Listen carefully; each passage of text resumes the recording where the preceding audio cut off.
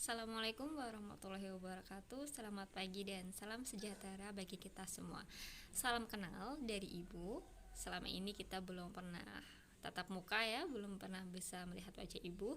Kemungkinan kita minggu depan akan luring, jadi harapannya kalian tidak salah untuk mencari guru mata pelajaran pengantar ekonomi dengan Ibu Eka Fauziah. Ibu hari ini akan menjelaskan dua materi sekaligus. Yang pertama adalah bab 1 di bulan lalu tentang konsep dasar ekonomi, kemudian sekaligus bab 2 yang kemarin sudah kalian catat. Kenapa Ibu menyampaikan dua materi? Karena memang seharusnya Ibu menyampaikan materi itu per bab, tapi karena suatu hal lain ya, kita ada banyak libur, ada Idul Adha, ada 17 Agustus, ada 1 Muharram juga, jadi sepertinya terlewati sehingga hari ini Ibu rangkum dalam satu video penjelasan berikut ini. Anak-anak, silahkan kalian buka catatan kalian di bab 1 tentang konsep dasar ekonomi. Di situ kita diharapkan dapat menganalisis pengertian ilmu ekonomi dan mengidentifikasi prinsip dasar ekonomi. Ilmu ekonomi secara etimologi berasal dari bahasa Yunani yaitu ekos dan yang artinya aturan dan nomos yang artinya rumah tangga. Pengertian ilmu ekonomi menurut P.A. Samuelson adalah studi tentang bagaimana masyarakat mengelola sumber daya yang selalu terbatas dan langka. Sedangkan menurut N. George Mankiw adalah suatu studi mengenai individu dan masyarakat membuat pilihan dengan atau tanpa penggunaan uang, dengan menggunakan sumber daya yang terbatas tetapi dapat digunakan dalam berbagai cara untuk menghasilkan berbagai jenis barang dan jasa dan mendistribusikannya untuk kebutuhan konsumsi sekarang dan masa datang kepada berbagai individu dan golongan masyarakat. Nah, kemarin juga di awal sekali Ibu sudah menanyakan ke kalian apa itu ekonomi. Ilmu ekonomi berdasarkan analisis, ada ekonomi deskriptif, ada teori ekonomi, dan ada ekonomi terapan. Apa itu ekonomi deskriptif? Ekonomi deskriptif adalah analisis ekonomi yang menggambarkan keadaan sebenarnya atau berdasarkan data dan fakta yang ada. Kemudian teori ekonomi adalah analisis ekonomi yang berusaha menjelaskan, mencari pengertian, hubungan sebab dan akibat, dan cara kerja sistem perekonomian. Yang ketiga, ekonomi terapan adalah ilmu ekonomi yang menelaah kebijakan yang perlu dilakukan untuk mengatasi masalah-masalah ekonomi. Selanjutnya, berdasarkan ruang lingkup ilmu ekonomi dikelompokkan menjadi dua, yaitu ada ekonomi mikro dan ekonomi makro. Apa ekonomi mikro? Seperti yang kita tahu, kata mikro itu artinya kecil ya. Jadi ekonomi mikro adalah merupakan ilmu ekonomi yang membahas bagian kecil dari seluruh kegiatan ekonomi. Beberapa hal yang dibahas dalam ekonomi mikro adalah interaksi di pasar, baik barang ataupun jasa, tingkah laku penjual dan pembeli, dan interaksi di pasar faktor produksi. Kemudian ekonomi makro sesuai dengan artinya, ekonomi makro adalah ilmu ekonomi yang besar.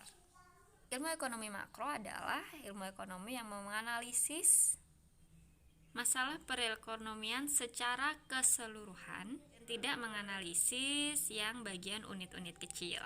Biasanya apa saja sih yang dianalisis ekonomi makro ini? Yaitu adalah tentang kegiatan perekonomian di suatu negara, pengeluaran agregat, dan cara mengatasi pengangguran dan inflasi. Di sini ada penjelasan sedikit tentang ekonomi mikro dan makro. Ekonomi mikro, ilmu ekonomi yang membahas bagian kecil dari kegiatan ekonomi, sedangkan ekonomi makro, ilmu ekonomi yang membahas kegiatan ekonomi secara keseluruhan. Jadi jangan kebalik ya. Pada dasarnya, prinsip ekonomi adalah pedoman bagi para pelaku ekonomi untuk bertindak dan mengambil keputusan agar mendapatkan hasil yang terbaik. Ciri-ciri orang yang menerapkan prinsip ekonomi. Coba dilihat, selama ini kalian termasuk orang-orang yang menerapkan prinsip ekonomi bukan? Yang pertama, bersikap hemat, bertindak rasional, dan bertindak ekonomis. Jadi di sini kalian harus membedakan ya, apa itu hemat dan apa itu pelit. Hemat itu apa? Hemat adalah tidak boros atau melakukan sesuatu sesuai kebutuhan. Yang kedua, bersikap atau bertindak rasional adalah bertindak dengan memperhitungkan sebab dan akibat yang akan terjadi jika kalian melakukan hal tersebut. Yang ketiga, bertindak ekonomis. Artinya memanfaatkan sumber yang ada di sekitar kalian seefisien mungkin. Jadi agak beda ya hemat dengan ekonomis. Kalau ekonomis itu lebih mengolahnya, kalau hemat itu lebih mengeluarkan sesuai kebutuhan. Sampai sini kalian paham? Oke, terima kasih anak-anak ibu hebat. Itu tadi adalah materi untuk bab 1. Kita lanjutkan dengan materi bab 2. Di bab 2 kita akan belajar tentang kebutuhan, kelangkaan, dan sumber daya.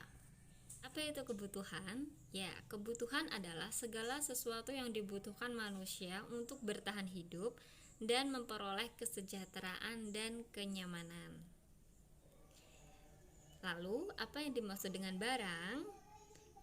Kalian di rumah punya barang-barang, pakaian, sepatu, tas, buku, alat tulis, handphone, kalian punya? Jadi, apa itu barang? Barang adalah benda berwujud yang dapat digunakan untuk memenuhi kebutuhan hidup. Di sini kita akan belajar tentang jenis-jenis barang. Yang pertama ada barang ekonomi, ada barang bebas, ada barang modal, ada barang antara, dan ada barang akhir. Ibu akan menjelaskan satu-satu dari jenis barang tersebut. Yang pertama adalah barang ekonomi. Apa itu barang ekonomi? Barang ekonomi adalah barang yang hanya bisa diperoleh melalui suatu usaha pengorbanan, contohnya minyak bumi dan gas. Selanjutnya, apa itu barang bebas? Adalah barang yang untuk memperolehnya tanpa melalui usaha ataupun pengorbanan. Contohnya apa? Udara, air di pedesaan, sinar matahari, dan pasir di pantai pasir. Selanjutnya, barang modal. Barang modal adalah barang-barang yang digunakan untuk menciptakan atau menghasilkan barang-barang lain. Contohnya apa? Ayo, barang yang digunakan untuk menghasilkan barang lain. Itu adalah mesin, pabrik, dan bahan baku. Selanjutnya barang antara. Barang antara adalah barang yang belum menjadi barang akhir, masih dalam proses produksi. Contohnya apa? Kain, contohnya adalah kain untuk usaha garmen dan benang untuk usaha industri tekstil. Paham ya? Kenapa kain? Coba kalau kamu beli kain di toko kain, kamu tetap akan menjahit lagi untuk menjadi sebuah baju. Nah, kain itu berarti termasuk dari barang antara. Selanjutnya ada barang akhir. Ya, barang akhir adalah bahan akhir hasil produksi yang dapat digunakan untuk memenuhi kebutuhan masyarakat. Sampai di sini paham ya, ada jenis-jenis barang. Kita lanjut jasa. Jasa adalah benda yang tidak berwujud yang dapat digunakan untuk memenuhi kebutuhan hidup. Coba, jasa apa yang sering kalian gunakan dalam kehidupan sehari-hari? Ibu yakin secara tidak langsung kita menggunakan jasa seseorang, tapi kita tidak menyadari.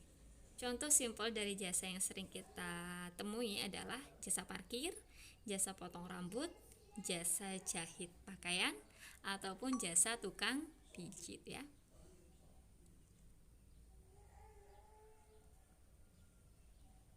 Selanjutnya kita akan belajar tentang kelangkaan. Kelangkaan adalah ketidakseimbangan antara kebutuhan dengan jumlah barang dan jasa yang tersedia. Coba di lingkungannya yang sudah mulai kekeringan atau sumurnya tidak tersedia air yang melimpah, berarti itu bisa disebut dengan kelangkaan. Kelangkaan terjadi karena yang pertama, terbatasnya sumber daya yang ada dibandingkan dengan jumlah kebutuhan masyarakat. Kemudian semakin bertambahnya penduduk tidak sebanding dengan jumlah barang dan jasa yang tersedia. Kemudian kurangnya kemampuan untuk memproduksi barang maupun jasa yang tidak sebanding dengan jumlah barang dan jasa yang diperlukan. Sumber daya ekonomi terdiri dari sumber daya alam, sumber daya manusia, sumber daya modal, dan sumber daya kewirausahaan. Melihat dari kelangkaan tadi, ternyata kelangkaan bisa diatasi. Yang pertama dengan membuat suatu pilihan, kemudian pilihan diambil dengan memperhatikan skala prioritas. Yang terakhir, pilihan yang akan menyebabkan tumbuhnya peluang. Kita ambil seperti air tadi, kalau mulai langka, kalau mulai sumur-sumur di tetangga kita, di rumah kita bahkan mulai surut, susah mencari air, apa solusi yang harus dilakukan?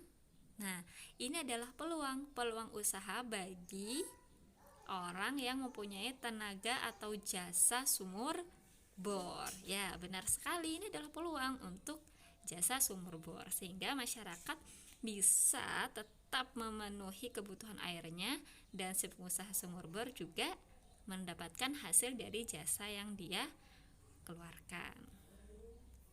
Kemudian biaya peluang adalah biaya yang dikorbankan untuk menggunakan sumber daya bagi tujuan tertentu, yang diukur dengan manfaat yang dilepasnya karena tidak menggunakan untuk tujuan lain.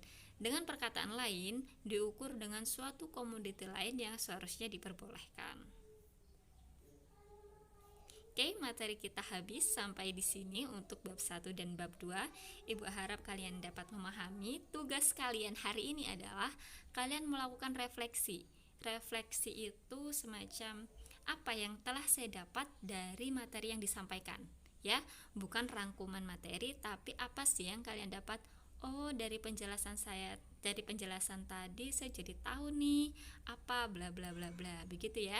Ibu tunggu, dan ibu harap dari satu siswa ke siswa lain itu beda, karena kita kalau menerima materi juga pasti beda-beda cara nangkepnya. Jadi kalau ada jawaban yang sama, langsung ibu kasih nilai 0.